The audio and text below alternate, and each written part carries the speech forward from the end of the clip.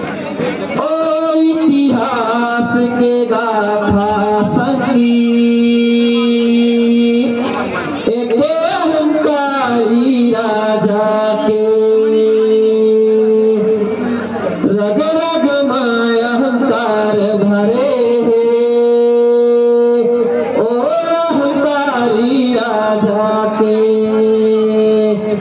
जगह जगह लूट मचा के मचाए त्राही त्राही हो पर सतनामी के पूर्वज मन अपने जान के बाजी लगाए मुगल सिंहासन थर थर कांपे सतनामी के दहशत वीरवान जब रणमा गरजे